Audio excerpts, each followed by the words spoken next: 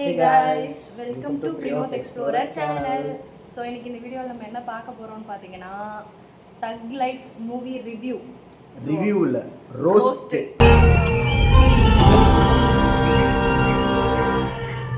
ஆமா ரிவ்யூ பண்றதெல்லாம் படம் இல்ல ரோஸ்ட் பண்றதெல்லாம் படம் இருக்கு. ஆமா Thug Life movie எப்படி இருக்கு? படம் நல்லா இல்ல. உண்மையா சொல்ல போனா போர் அடிக்குது, தலைவலி. என்ன படம்னு பார்த்தோம்னா கடைசி செக்கச்சி வந்த வானத்தோட படத்தை அப்படியே எடுத்து வச்ச மாதிரி இன்னொரு அனதர் வெர்ஷன் மாதிரி இருக்கு.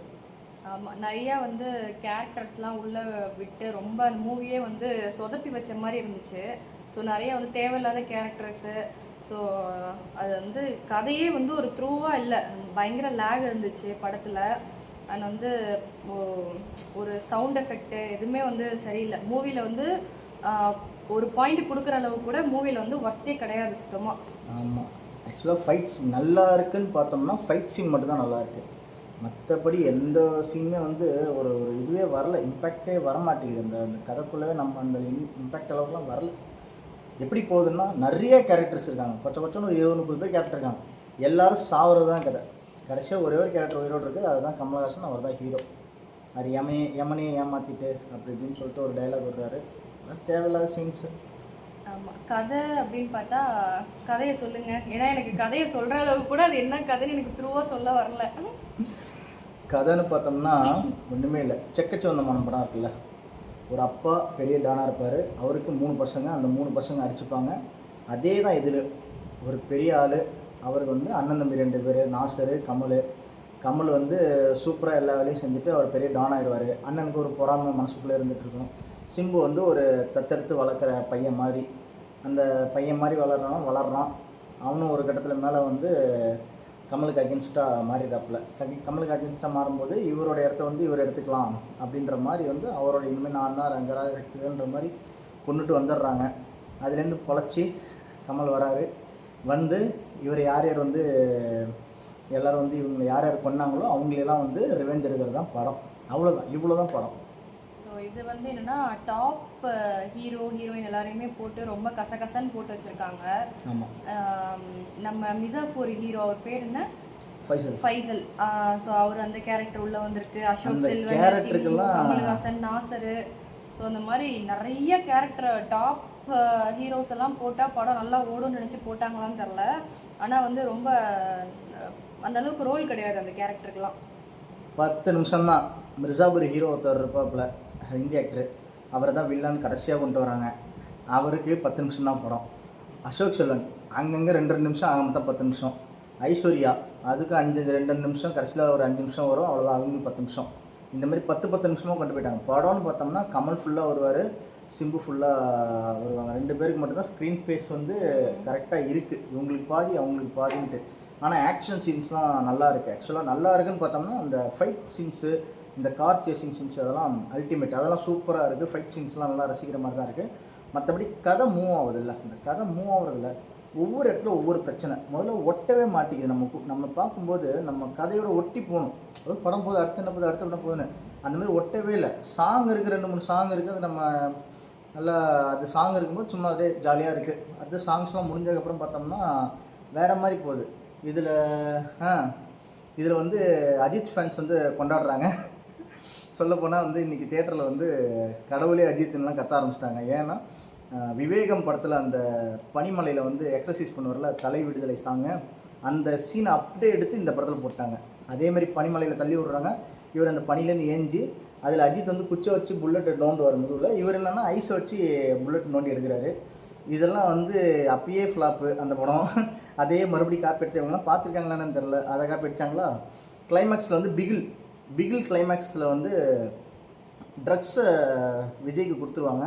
அவர் வந்து அந்த ட்ரக்ஸ்லேயே வந்து தள்ளாடி ஃபைட் பண்ணுவார். அந்த சீன் அப்படியே வந்து கிளைமேக்ஸில் இதுலேயும் கமலுக்கு கொடுத்துருக்காங்க.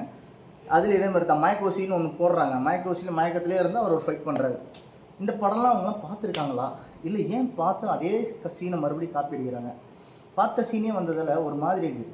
அந்த ஊசி போட்டு மயக்கத்திலே கமல் ஃபைட் பண்ணுறாருல ஒரு சீனு, அந்த படம் லைக் விக்ரமில் இந்த வீட்டுக்குள்ளேயே ஒரு ஃபைட் வரும் பாருங்கள். அது எதுவும் ஒரே மாதிரி தான் இருக்குது, பெருசாக ஒன்றும் வித்தியாசம் எதுவும் இல்லை. ஆனால் ஃபைட்ஸ் எல்லாம் நல்லா தான் இருக்குது. ஆனால் இந்த மாதிரி கொஞ்சம் சிமிலாரிட்டிலாம் நமக்கு வந்து ஒட்ட மாட்டேங்குது, என்னடா இது அப்படின்ட்டு எல்லாம் கத்துறாங்க, இது விவேகண்டா, இது பிகில்ரா அப்படின்னு தேட்டரில். இதில் பல பேர் வந்து பாதி பேர் இன்ட்ரோவிலே போயிட்டாங்க, படமே நல்லா இல்லைங்க, என்னங்க படம் அப்படின்னு சொல்லிட்டு போயிட்டாங்க.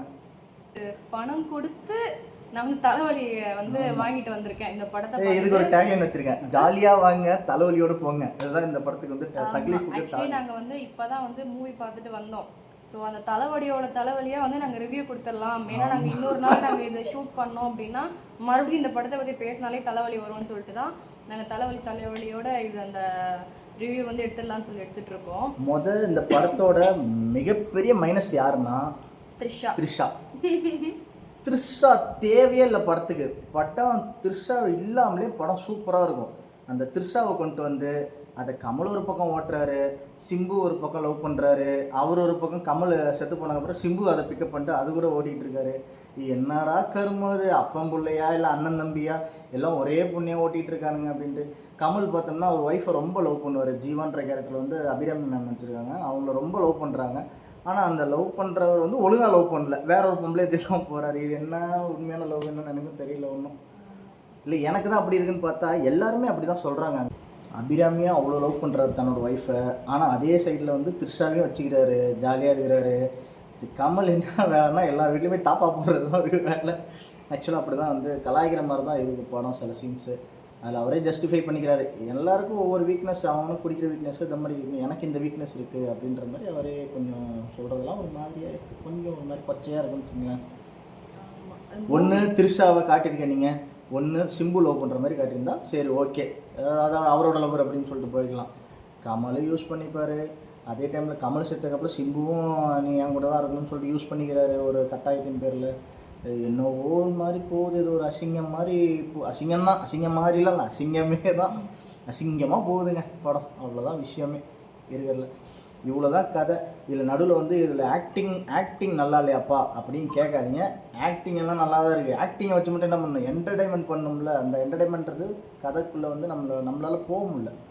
இது என்னது, இது செக்கச்சிவந்தமான மாதிரியே இருக்குது. இந்த சீன் செக்கச்சிவந்தமானத்தில் எடுத்திருக்காங்களே. அதுவும் மணிரத்னம் தான் டேரக்டர். என்ன செக்கச்சிவந்தம் மாதிரியே இருக்குது. விஜய் சேதுபதி கேரக்டர் வந்து அசோக் செல்வன், அதில் விஜய் சேதுபதி போலீஸு, இதுலேயே அசோக் செல்வன் போலீஸு. அவர் வந்து கடமை கண்ணியம் கட்டுப்பாடு, அதுலேயும் விஜய் சேதுபதி வந்து கடைசியாக கடமை கண்ணியம் கட்டுப்பாடு அதே தான் இருக்கிறாரு. இவங்க ரவுடிக்குள்ளே அடிச்சுக்கிறாங்க யார் வந்து பெரிய டான் ஆகிறது அப்படின்ட்டு. அதே கதை தான், சேம் டெம்ப்ளேட், சேம் வேஸ்ட்டு. படம் வந்து வேஸ்ட்டு. செகண்ட் ஹாஃபில் ரொம்ப கொடுமையாக போச்சு, எப்படா முடியும் அப்படின்ட்டு. இவர் கமல் வந்து 3 கெட்டப்பில் வர்றாரு. ஃபஸ்ட்டு வந்து டிஏஜிங் பண்ண கெட்டப் சூப்பராக இருந்துச்சு. ஃபஸ்ட்டு ஒரு 10 நிமிஷம் செம்ம சூப்பராக இருந்துச்சு. நான் ரொம்ப ரசித்தேன் அந்த இதை. டிஏஜிங் பண்ணி அந்த பழைய கமலில் கொஞ்சம் அந்த தசாவதார கமல் அந்த சைஸில் பார்த்தது வந்து ரொம்ப நல்லா இருந்துச்சு. அப்புறம் செகண்ட் கெட்டப்பில் வந்து நார்மலாக அந்த தாத்தாவாக இருக்கிற கெட்டப்பில் வந்து இந்த விக்ரம் படத்தில் மாதிரி கெட்டப்பு. தேர்டு வந்து இவர் ஏசுநாதர் கெட்டப்பு. பேசாமல் ஏசுநாதர், எனக்குலாம் ஏசுநாதர் நடிக்கிற மாதிரியே இருக்குது, இன்னும் ஏசுநாதர் ஃபோட்டோவில் இருக்கிற மாதிரியே இருக்காது அப்படின்ட்டு நான் தான் சொல்லியிருந்தேன். பேசாமல் இவர் ஏசுநாதராக நடிக்க வைக்கலாம்ப்பா சில படத்துலலாம் அப்படின்ற மாதிரி இருந்துச்சு. லாஸ்ட் மூவி நாங்கள் வந்து போனோம், நல்ல ஒரு வைப்பில் வந்தோம் வரும்போது. ஆமாம், டூரிஸ்ட் ஃபேமிலி போனோம், அது சூப்பராக நல்ல வைப்பில் இருந்துச்சு. ஆனால் இப்போ இந்த மூவி போயிட்டு வந்து ரொம்ப ஒஸ்ட் மூவி தான். ஃபஸ்ட்டு வந்து மூவி வந்து ஸ்டார்டிங்கில் நல்லா தான் போயிட்டு இருந்துச்சு, டேஜிங் பண்ணி ஆக்சுவலி கதைக்குள்ளே என்ட்ரு ஆனது வந்து நல்லா இருந்துச்சு. ஒன்ஸ் நம்ம வந்து கதைக்குள்ளே என்ட்ரு ஆனதுக்கப்புறம் ஸோ வந்து அடுத்து இதுதான் நடக்க போது நம்ம கெஸ் பண்ணியிருப்போம், அது வந்து அப்படியே உல்ட்டாவாக மாறிடுச்சு. ஸோ வந்து சில கேரக்டர்ஸ்லாம் வந்து இன்ட்ரடியூஸ் பண்ணுறாங்க. சிம்புவோட வந்து தங்கச்சியை வந்து கண்டுபிடிச்சி தரேன் அப்படின்னு சொல்லிட்டு கமல் வந்து வாக்கு கொடுக்குறாரு. அது வந்து ஒரு முக்கியமான கேரக்டர் மாதிரி ஸ்டார்டிங்கில் காட்டுறாங்க ஃபஸ்ட்டு ஒரு 15 மினிட்ஸில். ஆனால் அந்த தங்கச்சியை பற்றியே வந்து கிளைமேக்ஸில் தான் அதோடு எடுத்துகிட்டு வராங்க. அதை நாங்கள் வந்து கரெக்டாக கண்டுபிடிச்சிட்டோம், நான்லாம் கண்டுபிடிச்சிட்டேன். இதுதான்ப்பா தங்கச்சியாக இருக்கும். வர்றது 4 பொண்ணுங்க, அந்த 4 பொண்ணில் ஏதோ ஒன்று தங்கச்சி, அது எனக்கு தெரிஞ்சு போச்சு. ஒன்று த்ரிஷாவாக இருக்கும், நினச்சா த்ரிஷா இல்லைன்ட்டாங்க. அடுத்து இன்னொரு ஐஸ்வர்யா வந்து ஐஸ்வர்யா தான்ப்பா பொண்ணு தங்கச்சி வேணா பாரு வச்சு இருக்காங்கன்னு கரெக்டாக அடுத்து ஒரு 10 நிமிஷத்தில் ரிவீல் பண்ணுறாங்க. அந்த பொண்ணு தான் பேரை மாற்றிட்டு MBBS படித்து டாக்டராக இருக்குது அப்படின்ட்டு. எல்லாம் கண்டுபிடிக்கிற மாதிரி தான் இருக்குது. பெருசாக ஒன்றும் அப்படியே இன்ட்ரெஸ்டிங்காக அப்படியே ஊன்ற மாதிரிலாம் எதுவும் போல். ஃபைட்டு நல்லா இருக்குது, ஃபைட்டு தான் அது எல்லாருக்கும் பிடிக்காது. ஃபேமிலி ஆடியன்ஸ்லாம் சுத்தமாக அது பிடிக்காது. சும்மா ரத்தம் தெரியாது, கையை வெட்டி காலை வெட்டி அதெல்லாம் கொஞ்சம் வந்து அதிகமாகவே இருக்குது. கொஞ்சம் பார்த்து கேர்ஃபுல்லாக 16+ நீங்களே பார்த்துங்க. படம் வந்து கதைக்குள்ளே வந்து நம்ம போகல. ஆக்சுவலி வந்து கதை வந்து அடுத்து என்ன நடக்கும் அப்படின்ற வந்து விறுவிறுப்புலாம் கிடையாது.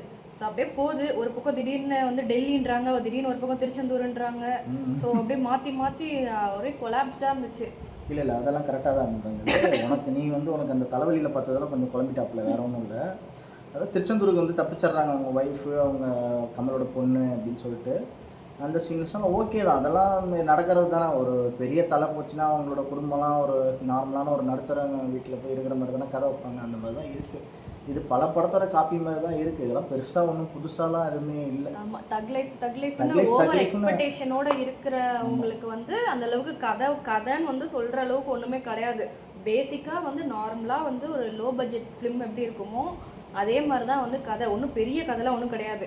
இதில் என்ன ஒரு பெரிய விஷயம்னா கேரக்டர்ஸ்லாம் வந்து ரொம்ப மெயின் கேரக்டர்ஸாக இருக்காங்க. Top heroes Kamal Haasan, Simbu, Mirzapur hero Faisal, Nassar, Ashok Selvan, Jojo, Trisha, அப்புறம் வந்து அபிராமி, ஐஸ்வர்யா. ஸோ இந்த மாதிரி எல்லாமே அங்கங்கே எதுவும் பிச்சு போட்டு இந்த படத்துக்குள்ளே வந்து இன்சர்ட் பண்ண மாதிரி இருந்துச்சு எல்லாருமே. ஸோ இந்த கேரக்டர்லாம் போட்டால் வந்து எல்லாரும் பார்ப்பாங்க அப்படின்னு சொல்லிட்டு போட்ட மாதிரி இருந்துச்சு. ஆக்சுவலாக த்ரிஷா கேரக்டர்லாம் வந்து எடிட்லேயே நீங்கள் தூக்கியிருந்தா கூட த்ரிஷா கேரக்டர் வந்து எந்த ஒரு இம்பாக்ட்டுமே இல்லை படத்தில். அந்த கேரக்டர் டம்மி பாவா கேரக்டர். அந்த கேரக்டர் இருந்தாலும் சரி இல்லைனாலும் சரி அதில் ஒன்றுமே கிடையாது. த்ரிஷாவை வந்து ரிமூவ் பண்ணால் கூட அந்த படம் வந்து சேம் கதை தான். த்ரிஷாவுக்கு ஒன்றுமே கிடையாது. த்ரிஷா வந்து நம்ம பாட்டில் வந்து எப்படி காமிச்சாங்க, ஒரு ஐட்டம் சாங் மாதிரி காமிச்சாங்களோ அதே கேரக்டர் தான் வந்து த்ரிஷா உள்ள. இதில் அது வந்து என்ன டிசப்பாயின்மெண்ட்னா கமல்ஹாசன் வந்து த்ரிஷாவை வந்து செகண்டாக வச்சிருக்கிற மாதிரி காமிக்கிறாரு. அதே வந்து அவர் தம்பியும் வந்து லவ் பண்ணுற மாதிரி காட்டுறது வந்து பயங்கர டிசப்பாயின்மெண்ட்டாக இருந்துச்சு. ஒன்று சிம்பு வந்து த்ரிஷாவை வந்து லவ் பண்ணுற மாதிரி காமிச்சிருந்தாங்கன்னா அது அட்லீஸ்ட் ஒரு லவ் ஸ்டோரியாவது நல்லா இருக்கும். அப்படி இல்லைன்னா கமல்ஹாசனோட செகண்ட் செட்டப்பாக காமிச்சிருந்தாங்கன்னா அது அப்படியே ஸ்டாப் பண்ணியிருந்தா கூட ஓரளவுக்கு ஓகேவாக இருந்திருக்கும்.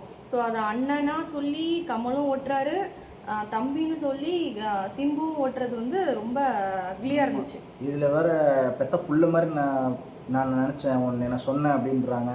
பிள்ளையும் அப்பனும் செய்கிற காரியமா அப்படின்ற மாதிரி கொஞ்சம் அருவருப்பான விஷயங்கள் தான் நிறையா இருக்குது. முகம் சொல்லிக்கிற வச்சுட்டாங்க.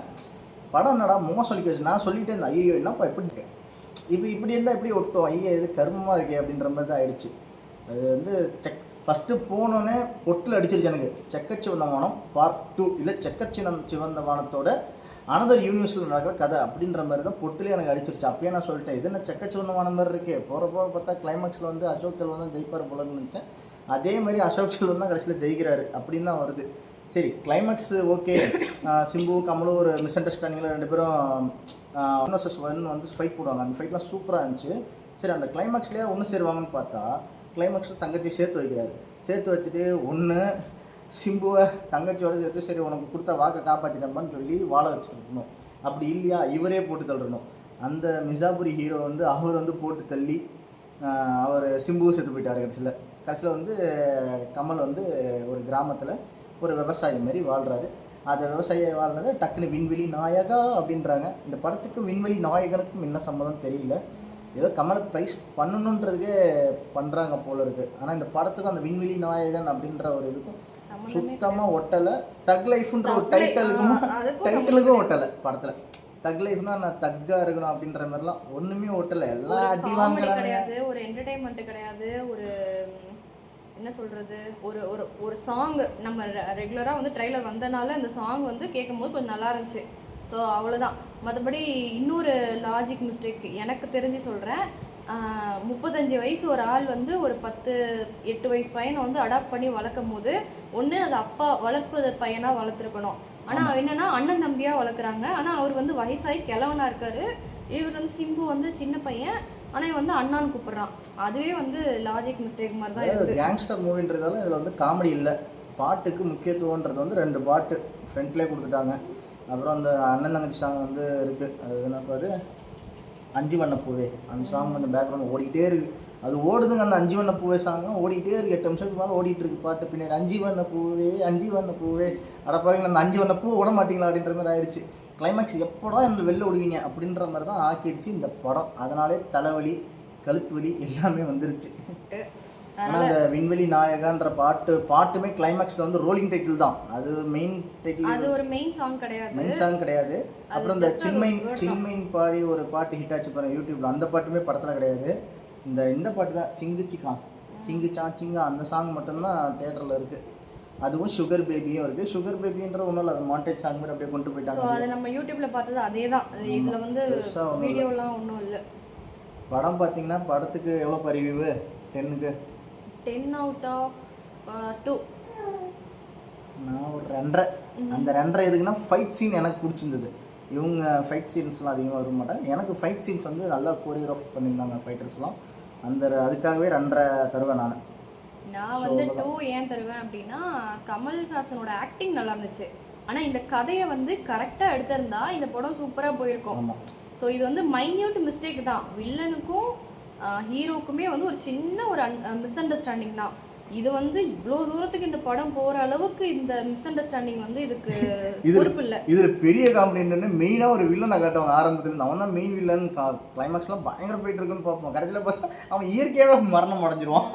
அது ஒரு பெரிய ட்ராபேக். ஒரு வில்லனாக நல்ல பூமாக காட்டிட்டு கமலை போட்டு விடுறது, போலீஸ்ட்டு எல்லாம் அப்படியே நல்லா ஹைப் ஏற்றி அவன் தாண்டா எதிரி. இந்த இதில் கமல் கூட சொல்லுவார், நான் எந்த அது எதிரிட்ட வேணா போய் நிற்பேன், ஆனால் அந்த கிழட்டு பயல்கிட்ட மட்டும் நிற்க மாட்டேன் அப்படின்னு சொல்லிட்டு அவனை ரொம்ப ஹைப் கொடுத்து அவன் இயற்கை மேன் ஆயிடுச்சுட்டாங்க கைஸ் கடைசியில். அதுதான் பெரிய காமெடி இருக்கிறதுல.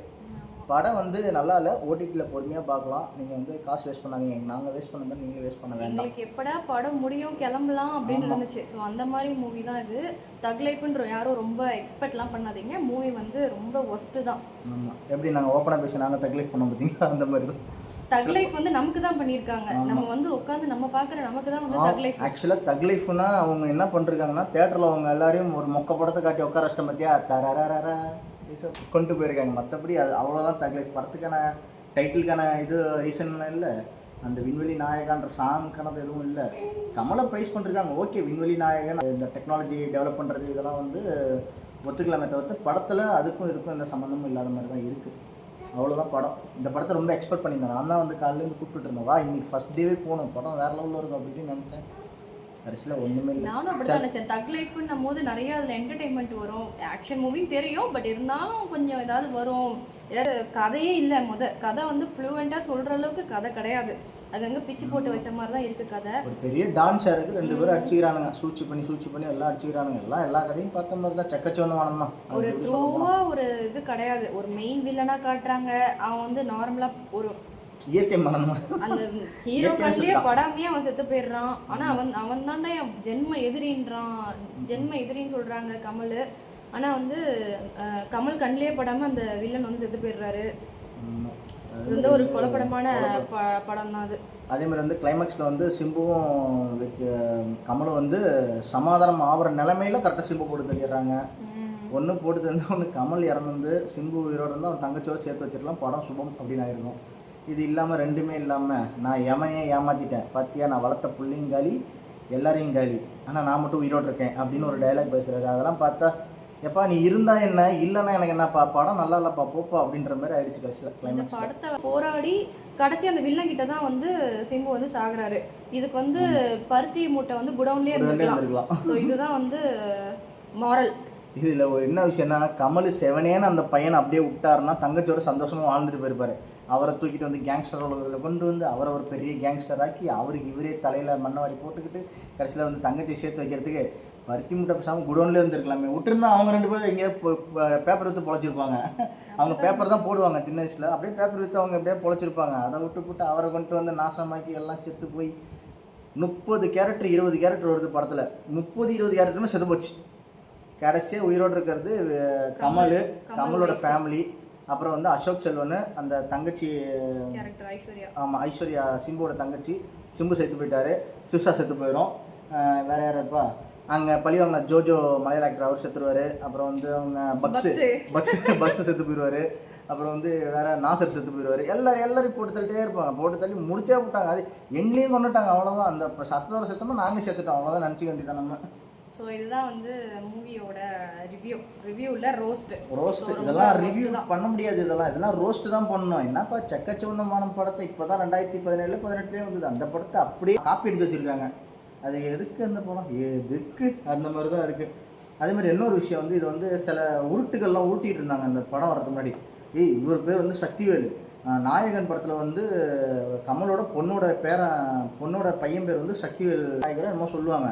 அந்த சக்திவேல் தான் இந்த சக்திவேல் தான் அந்த சக்தி. அதெல்லாம் ஒன்றும் கிடையாது. நாயகனுக்கும் இந்த படத்துக்கும் சம்மந்தமே கிடையாது. இது அவங்களுக்கே தெரியும் இந்த படம் கொஞ்சம் முக்கியம் இருக்கும் போல இருக்குது அப்படின்னு. அதனால தான் அந்த நாயகன் இதெல்லாம் வந்து சேர்க்கலை. அந்த நாயகன்றது கல்ட்டு கிளாசிக். அது வேறு லெவல் படம். அது ஓரமாக வச்சுருக்கோம். இந்த படன்றது கொஞ்சம் கூட வரல. நாயகனோட 20% கூட இதெல்லாம் வரல. படம் நல்லா இல்லை ஆக்சுவலாக. இது என்ன ஒரு டிசப்பாயின்மெண்ட்னா, ஃபஸ்ட்டு அந்த த்ரிஷா வச்சே டிசப்பாயின்ட் பண்ணிட்டாங்க. ஃபஸ்ட் ஹாஃப்லேயே டிசப்பாயின்மெண்ட் ஆகிடுச்சு, எல்லாருக்குமே ஆகிடுச்சு. அதுக்கப்புறம் படம் மூவ் ஆகிறதுலாம் வந்து சும்மா தான் மூவ் ஆச்சு. உண்மையிலே சொல்கிறேன், பல பேர் ஏஞ்சி போயிட்டாங்க நடுவில். என்னடா படம் போகுது குழம்புது அப்படின்னு எழுந்தே போயிட்டாங்க.